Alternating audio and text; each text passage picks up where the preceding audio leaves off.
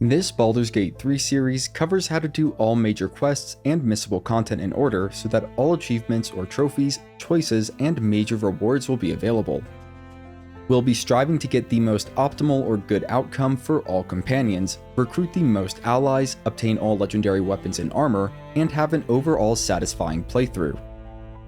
For best results, follow this series from the start of Part 1. Spoilers will be limited to important information, and as usual, useful timestamps can be found in the video description. One last thing before starting. If you've been following this series and find it helpful, you'd be doing me a huge favor by clicking the like button. So if you can, thank you, I sincerely appreciate it. When last we left off, we had just arrived at the Blighted Village. We'll start off by grabbing the haste helm from the nearby chest. We may need to speak with Gale and give him a magical artifact.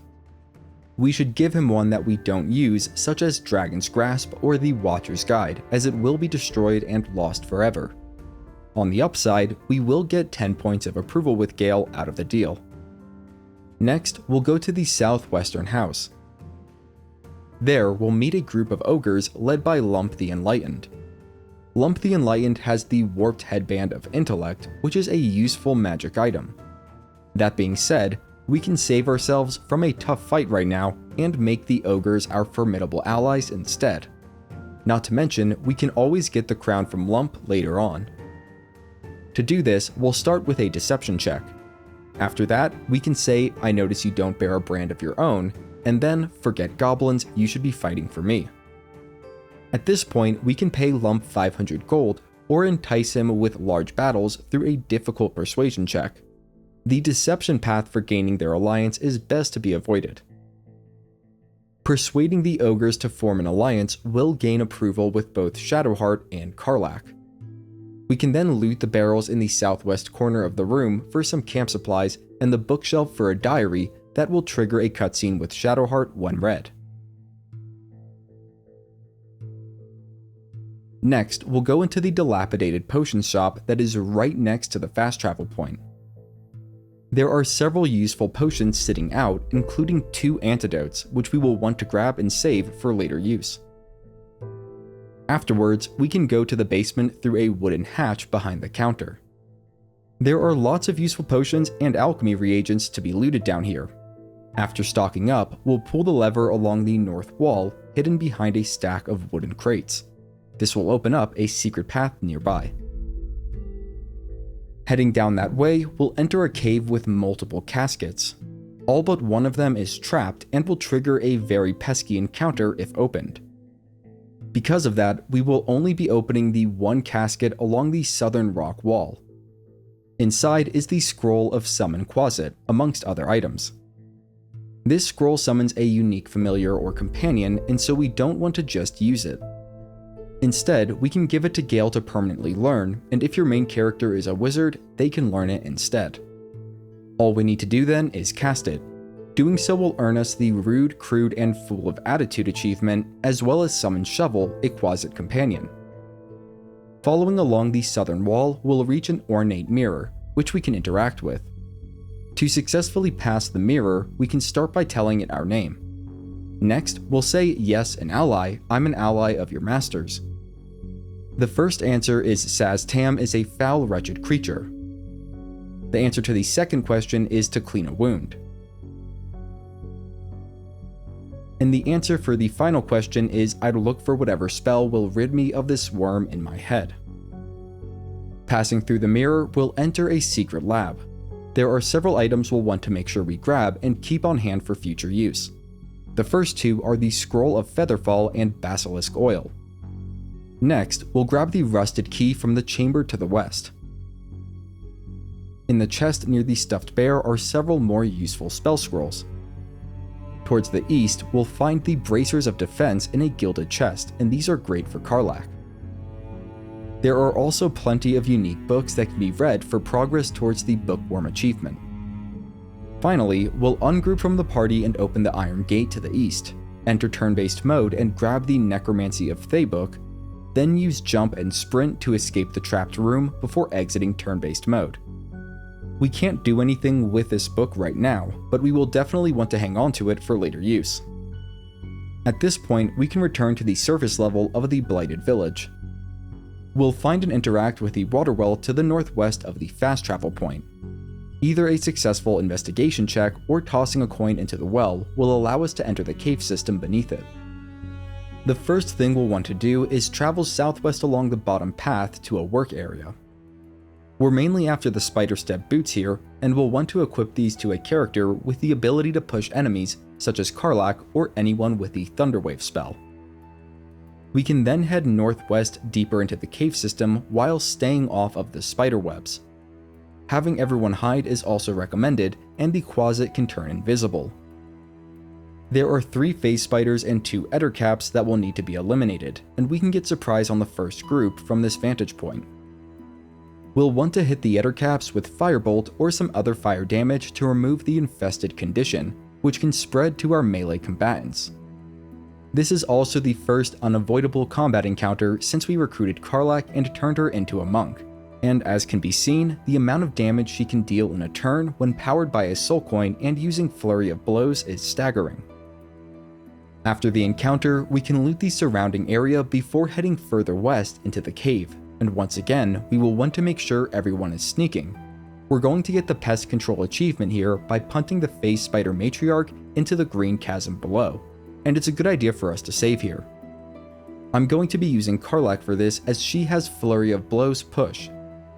What we'll need to do is first make sure that she has the Spiderstep boots equipped.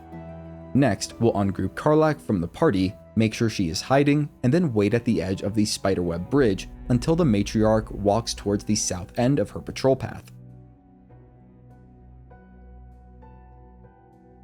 At that point, we can move across the spiderweb bridge and use the rock formation as cover. As soon as the matriarch turns around, we'll have Karlach jump to the next spiderweb bridge, just behind the matriarch, and then enter turn-based mode as soon as possible. We should be able to sneak and position ourselves so that our push attack will push the matriarch into the chasm. Saving once more before attacking is a good idea just in case of a catastrophic failure, where we aren't able to get the matriarch to fall into the chasm before its first turn. All that's left is to go for the push attack. In this case, a pushing flurry of blows. Once the matriarch has been dealt with, we can have the rest of the party move in to sneak attack the remaining 2 phase spiders, helping to clean up the encounter with relative ease. After the encounter, we can take a short rest if needed and otherwise heal up. I don't think I've mentioned it before, but healing potions can actually be thrown on the ground between 2 or more characters to heal them all with that single potion, maximizing healing efficiency. Once ready, we'll head down near the chasm and pick up the Dark Amethyst.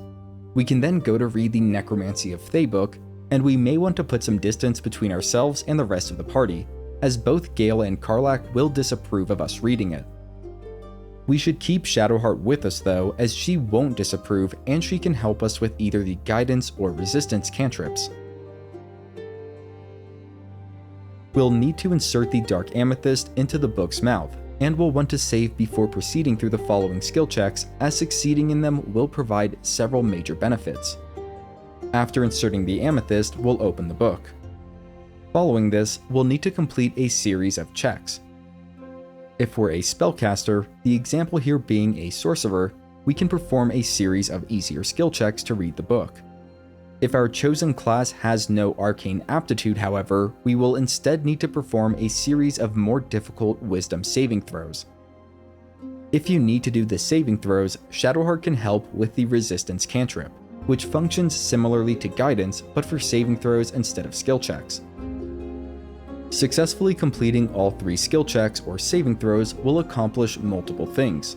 First off, it will allow our character to cast Speak with Dead at will, without consuming any spell slots, and also give us a permanent +1 bonus to wisdom checks.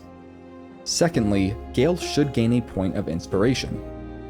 And last but not least, this sets us up to complete multiple related objectives in Act 3 of the game, all of which will have major benefits. Next up, we're going to make a small detour to get a very strong pair of magic boots, along with several other great magic items. We'll make sure the party is all grouped up, then cast Featherfall on everyone using the scroll we found earlier. Before Featherfall wears off, we'll jump headlong into the green chasm, which will trigger a cutscene. We'll want to have everyone hide as soon as the cutscene ends to avoid detection by the nearby Minotaurs, which are very strong and should be avoided. Next, we can loot the Poisoner's robes off the Phase Spider Matriarch and then start moving south. It's a good idea for us to save here, as there is a weakened Minotaur that we can get the drop on in turn-based mode, and defeating it will get us a nice 75 experience points.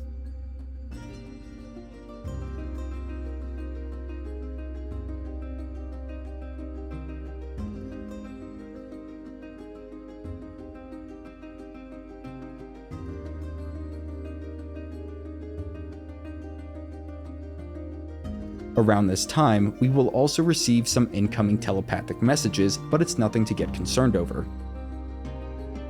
If we try to approach the gate to the south, we're going to get zapped and die. So instead, we'll sneak around the gates with one character, preferably one with ranged attacks. Before stepping on the bridge, ungroup the selected character from the party, hide, and enter turn-based mode. Next, we'll approach the bloodstain on the ground and jump southwest to the rocky ledge. From here, we can easily infiltrate the Selunite outpost, eliminating any torch stalks in our path from a distance.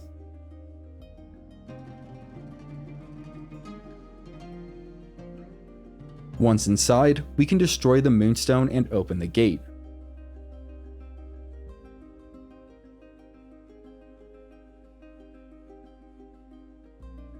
There are multiple useful items in this outpost, including a basic greatsword that we will want to pick up and save for later use, along with several oil barrels. These will be critical for our success in an upcoming encounter, so we will want to distribute as many as we can across the party without getting anyone encumbered.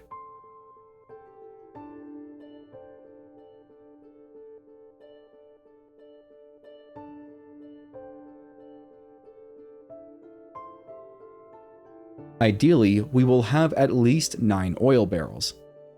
To that end, an easy way to reduce the amount of weight on a character is by sending all of their camping supplies back to camp. Next up, we'll move into the East Room to activate the fast travel point, then use a high-strength character like Karlach to jump up into a hidden area. We'll want to clear this room of explosive barrels as the opulent chest is trapped. Inside the opulent chest is the Luminous armor, which I don't exaggerate in saying is extremely overpowered and borderline broken on a light domain cleric such as Shadowheart. Behind the DC 20 locked gate nearby, there is another chest with a DC 15 lock on it. Inside the chest is the Helmet of Smiting, which is specific to paladins and honestly not that great. Moving on, we'll head north back out of the outpost. Towards the west, we'll find a magic sword planted in stone. Either religion or strength can be used to try and pull the sword free, and everyone in the party can take a crack at it. Because of that, it is unlikely that inspiration or save scumming will be necessary. It's called Phalar Aluve, and it's a neat magic sword, but not really one that we can make use of.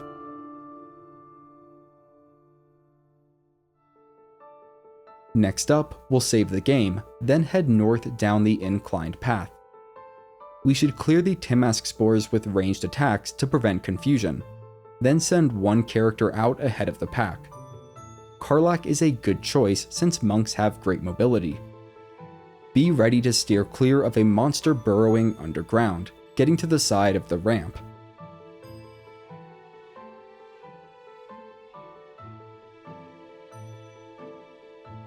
The game should automatically switch to turn-based mode, and will end everyone's turn once we're positioned and ready.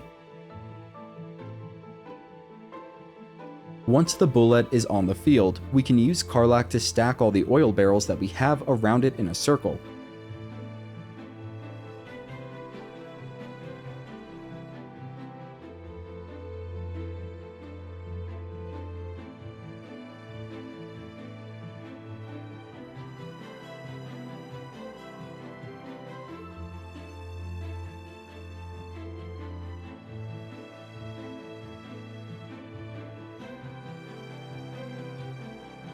After that, we will disengage and retreat using Step of the Wind dash if necessary. We will then use a character with Firebolt to set off the oil barrels. 9 oil barrels appears to be just enough to defeat the Boulette in a single strike, or make it so weak that 1 or 2 casts of Magic Missile will finish the job. If needed, we can use a Potion of Speed on 1 or more characters to ensure the Boulette is defeated before it takes its turn. We really want to take out the Boulette as quickly as possible because it's a tank that can deal extreme amounts of damage. In addition, it will retreat and burrow back under the ground within 2 or 3 rounds of combat, only to heal and later re-emerge at other locations. Defeating the Boulette will give us a nice 150 XP, and it will also drop the Bloodguzzler Garb, which we can put on Karlach. Afterwards, we'll continue north, clearing out the field of Firestalks and Timask Spores in our way.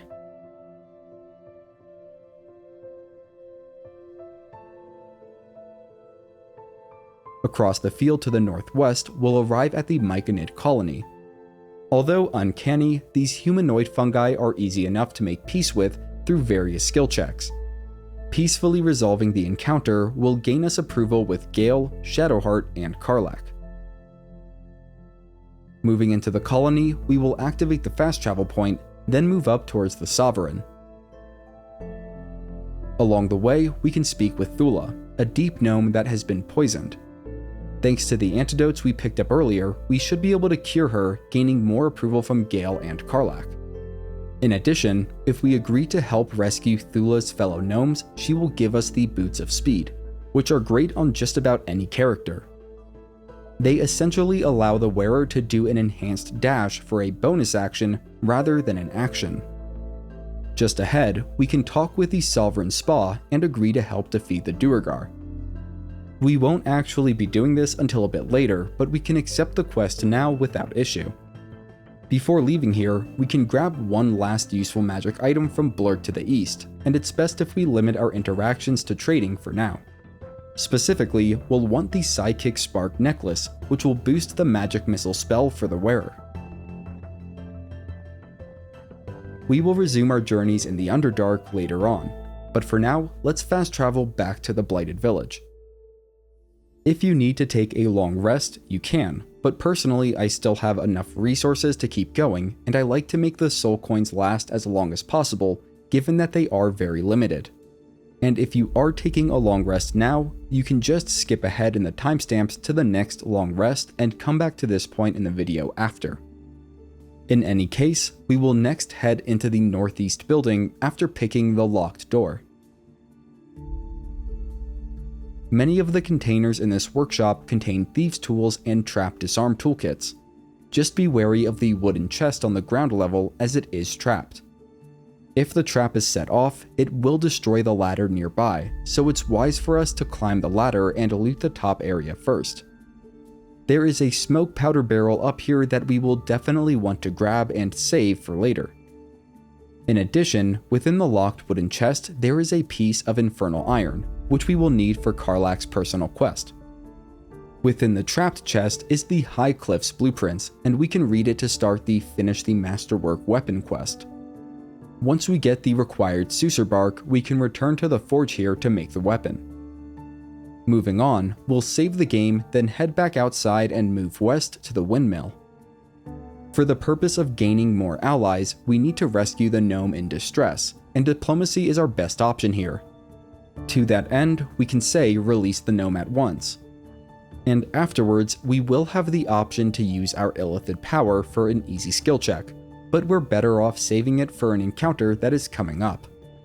Any of the other skill checks can also work, and if we have a potion of mind reading, we can perform a relatively easy detect thoughts skill check. Succeeding in it will open up a new dialogue option to peacefully resolve the encounter, and unlock the No Penny Required achievement if we haven't gotten it already. Afterwards, we can head around to the back of the windmill and go down the wooden hatch. We can grab the Speedy Lightfeet boots from the chest, and this is medium armor, so Shadowheart is the only character currently in our group that can use it. We can also grab a smoke powder satchel from the heavy backpack. We'll want to be very careful at this next step. Returning to the surface, we'll need to pull the brake lever to stop the windmill from spinning. Pulling the release lever will result in a funny cutscene, but will also kill our gnome friend. After stopping the windmill, we can go speak with the gnome Barkus Root and free him. He will be a little cranky and frustrated, but showing kindness is the way to go. Barkus will offer up his heavy backpack, which we already found, and explain his current situation before leaving. We'll catch up with him later, but for now we should have gotten enough experience to reach level 4. Level 4 is a big milestone, as each character will get to choose a feat along with other upgrades. As a sorcerer, we get to learn a new cantrip, and unless you don't already have light, there aren't any that we absolutely need, so I'll just be taking Minor Illusion. Spells are a different story, and I'll be taking Misty Step, which is very useful. Moving on to feats, you might feel overwhelmed by the many options. Out of them all, Alert is one of the most immediately useful, as it will prevent us from ever being surprised, and almost always allow us to go first in combat, which is a huge advantage. There are a few exceptions to this, but for Sorcerer, Alert is definitely the way to go. Moving on to Gale, we can learn the Light cantrip. For spells, Enhanced Leap is another very useful spell that can be cast as a ritual, where it does not take a spell slot when cast outside of combat. The Shield spell is also very nice to have and will want to have it prepared. Once again, Alert is probably the best option for our feat. In fact, multiple characters having Alert compounds the benefit, as it will put them next to each other in the turn order, allowing for coordinated tactics. For Shadowheart, we can learn the Thaumaturgy cantrip, which comes in handy if we ever need to pass an intimidation check with her. We will also be taking Alert for her feat. Finally, we have Karlach, and we will not be taking the Alert feat on her. Instead, we want the Tavern Brawler feat. This essentially doubles the effect of our strength modifier for all attack and damage rolls with unarmed strikes. We can also add a point to Constitution, rounding it up from 15 to an even 16, which will raise our modifier for that stat from +2 to +3. Before moving on, we'll make a quick stop at the Emerald Grove.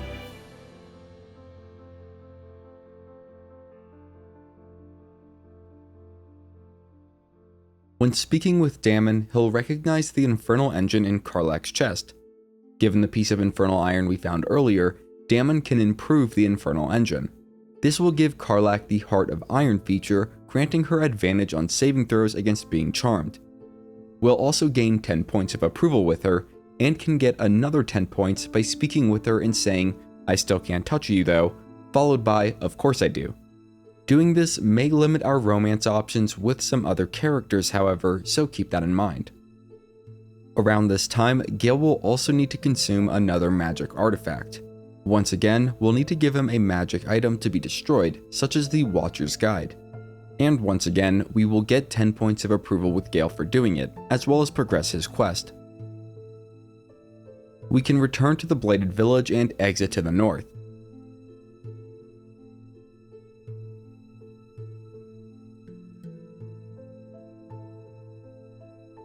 There is some noise coming from the building to the east, and we'll want to save before investigating, and you should know that this encounter is entirely optional, with the reward being limited to around 100 XP and a couple hundred gold. We can choose to enter the hut, but doing so will get us disapproval from both Karlach and Shadowheart, so we might want to move them back a good distance before doing that, then bring them back mid-dialogue. This combat encounter can be handled with mostly cantrips and a couple flurry of blows from Karlach, followed by a round of healing potions for anyone that was damaged.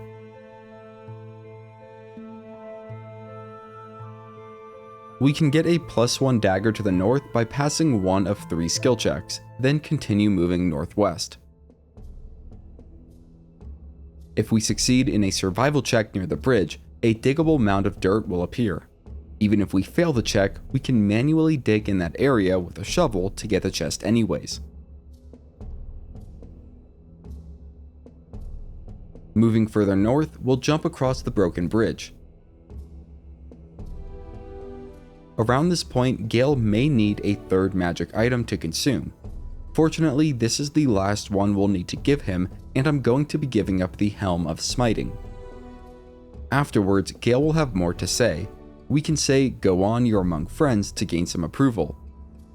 Following this, we will eventually need to say, "We've come this far together and will continue together, that is how it will be," in order to keep Gale from leaving the party permanently. Now, there's also a chance that Gale does not ask for a magical artifact at this time, and if that happens, don't worry, it just means he will ask later on. Once that is resolved, we can head along the eastern road, stumbling upon a gruesome scene. We'll want to strike the initial hyena to stop it from turning into a gnoll. We will also want to target and kill the one standing hyena before it runs to grab reinforcements, which would make this encounter significantly more difficult, and this must be done on the first turn of combat. The remaining hyenas are fairly easy to deal with, as long as it's done before they can transform into gnolls. Hyenas and gnolls drop hyena ears, which can be turned into additional potions of speed. To do this, pick up all the ears, then pull up the inventory screen and navigate to the Alchemy tab. We can click Extract All Ingredients, then open the Potions dropdown and find the Potion of Speed. It requires the ashes of hyena ear and any salt. At this point, we should be able to craft one or two, but we will be getting more hyena ears as we continue adventuring. We'll make sure to loot and read the shipment orders, which are found on the dead caravan agent, starting the Find the Missing Shipment quest. Next, we'll hide and sneak our way up north to get the drop on several gnolls.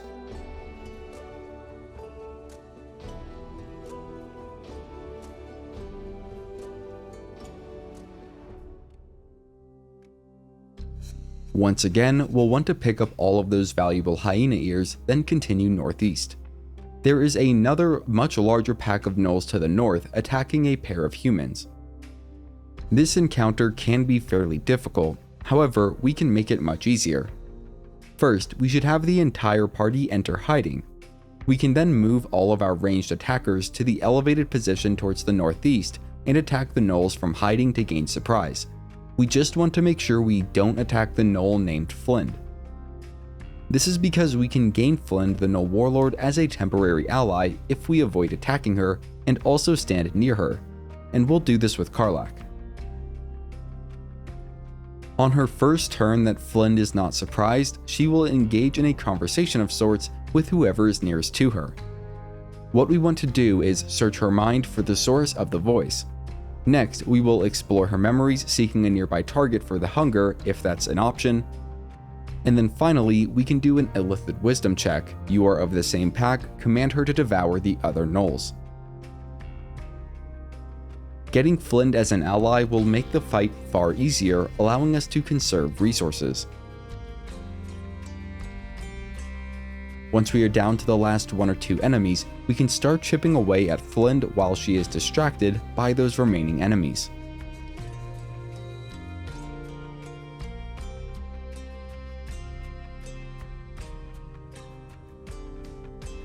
After the fight, we'll be approached by Rugen, one of the few survivors from the caravan.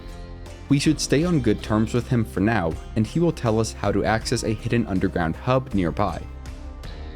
At that point, if we succeed on an intimidation check, we can also get some extra gold from Rugen with no negative consequences.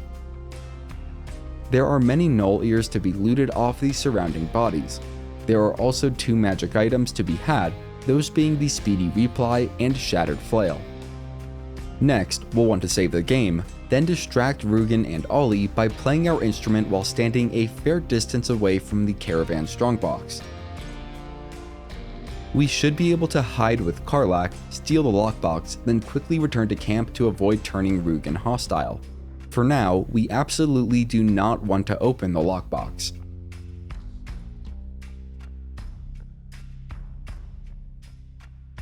At this point, we can move west towards Waukeen's Rest, activating the nearby fast travel point.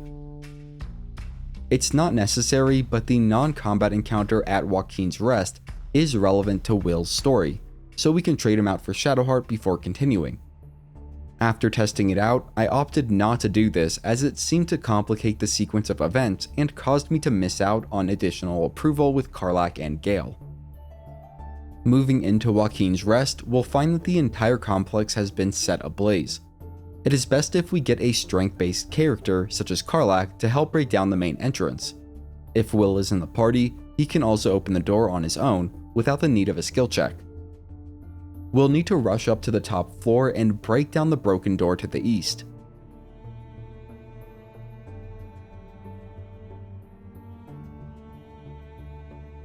This will free Counselor Floric, an essential character. We will then want to wait for everyone to clear the area before blasting away the broken door to the west with ranged attacks. This will cause the building to start burning in earnest, and so we will want to complete these next steps in turn-based mode. First, we can use Step of the Wind Dash on Karlach, hop towards Benrin, and free him from the wreckage.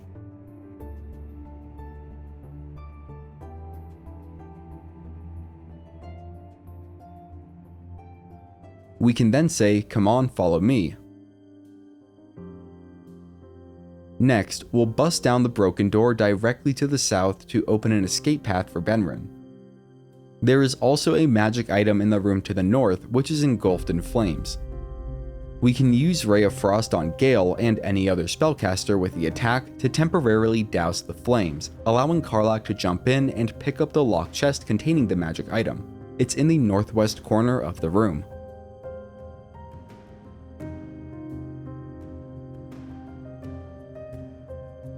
Once everyone is grouped back up, we can escape with Benrin out the south door to safety.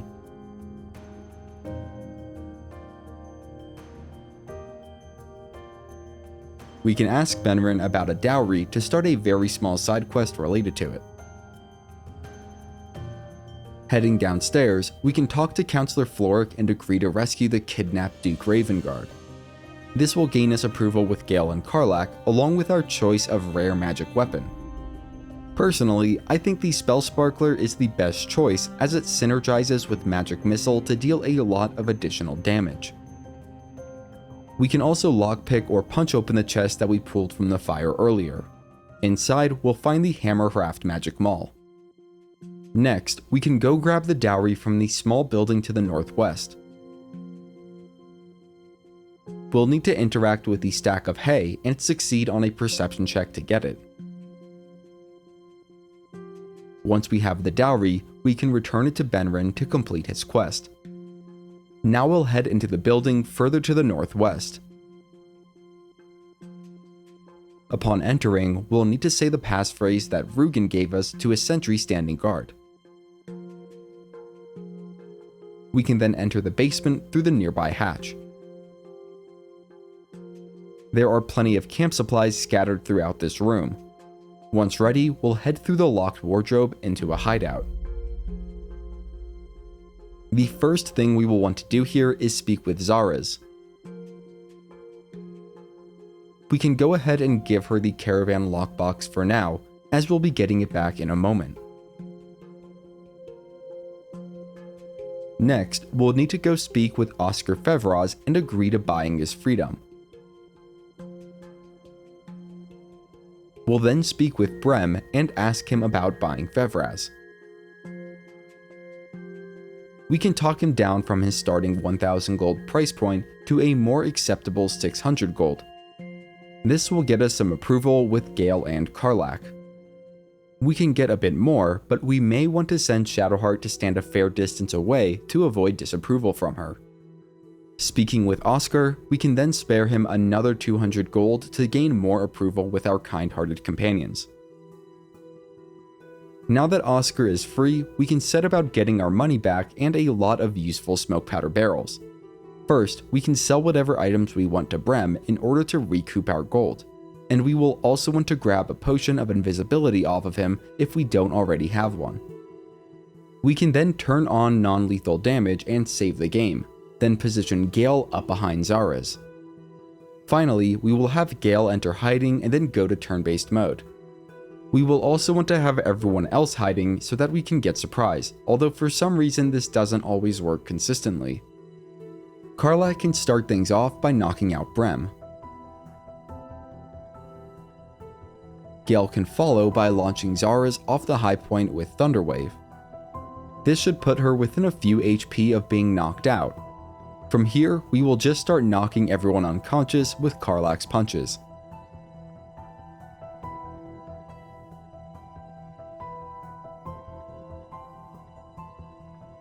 Once that's done, we can reclaim all the stuff we sold to Brem, as well as some new and useful magic items, especially those gloves of thievery. We can also get the strongbox back from Zara's and loot everything that isn't nailed down, including the 10 or 11 smoke powder barrels. Afterwards, we can speak with Rugen and set him free. Next, we are going to head north deeper into the Zhentarim hideout to get some choice items. Before entering hostile territory, we will have Karlach hide, have Gale cast Enhanced Leap on Karlach, and we will also have Karlach take the Potion of Invisibility. We should enter turn-based mode right after doing this, then have Shadowheart cast Guidance on Karlach, and use Step of the Wind dash on Karlach. This will allow us to jump very far, up to 10 times in a single turn. Saving frequently is a good idea here in case things go sideways.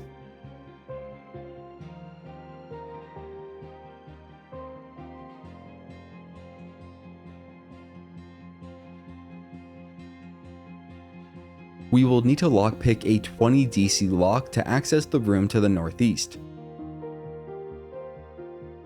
Inside, we'll find our first very rare item, the Abyss Beckoners, which are unfortunately not that good for anyone in our group.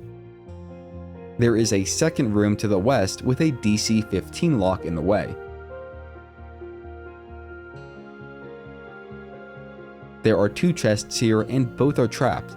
Rather than stick around trying to safely open them, we can just pick both of them up, then exit turn-based mode and quickly return to camp.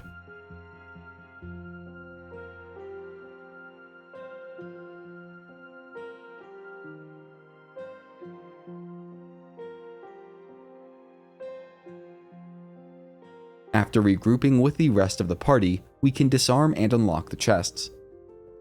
One of the chests will contain some valuables, whereas the other will contain a piece of Infernal Iron and more gold. Damon won't be able to use the Infernal Iron until we get to Act 2, so we'll just hold on to it for now.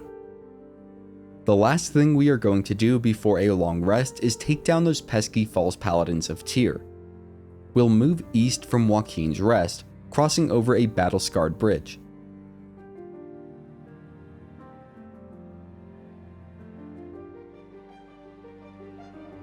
We can then sneak onto the roof of the Paladin's base of operations to get the drop on them.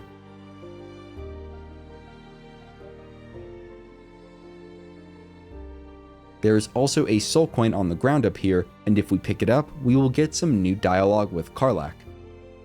To get some approval with Karlach, we can say intriguing, next time we're in battle, we'll make sure you get one. Anders is the biggest threat in this combat encounter, and while we can talk with him to initiate the fight, we are much better off getting surprise instead. While normally fairly difficult, we should be strong enough to handle this fight with relative ease, even if the game bugs out a little and doesn't give us surprise. Afterwards, Karlach will come speak with us, then proceed to tear the place apart while leaving behind a trail of fire. This is a good time for us to get everyone else out so as to avoid collateral damage. We can loot the nearby gnoll bodies for hyena ears and activate the fast travel point to the northwest while Karlach wears herself out. Once Karlach calms down a little, we can speak with her and say "hot" to get more approval. After the fires are all out, we can go loot all the bodies, getting the Sword of Justice Magic Greatsword from Anders. We can also loot a good amount of camp supplies from the surrounding boxes and containers. We can then go into the basement through the wooden hatch. The key we got quite a bit earlier before recruiting Karlach should be able to open up the pair of doors down here. There is a lot to loot in this area, but most of the good stuff is behind a secret door. To open it, we will have to have a character sit in each of the stone chairs. A third companion can jump into the newly accessible room, avoiding the pressure plate trap that would otherwise fill this area with poison.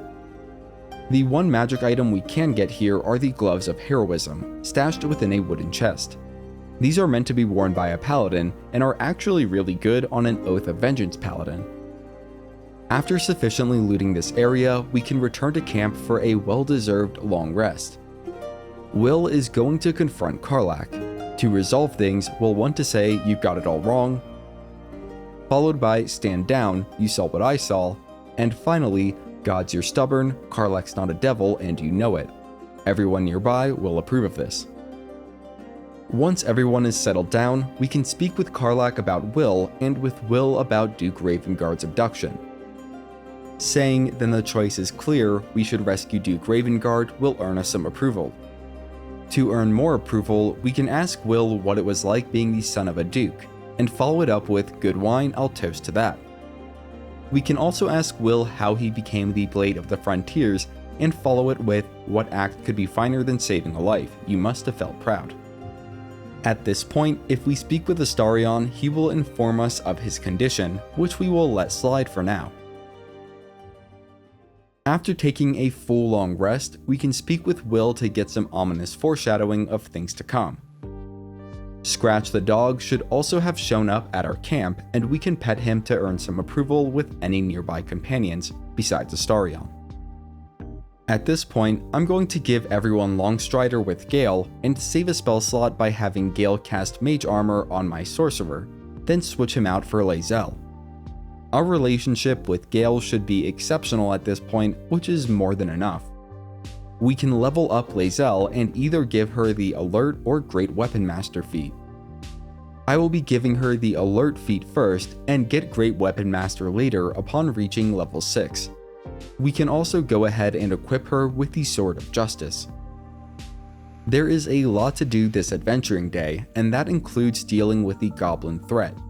All of that and more will be covered in part 4 of this series.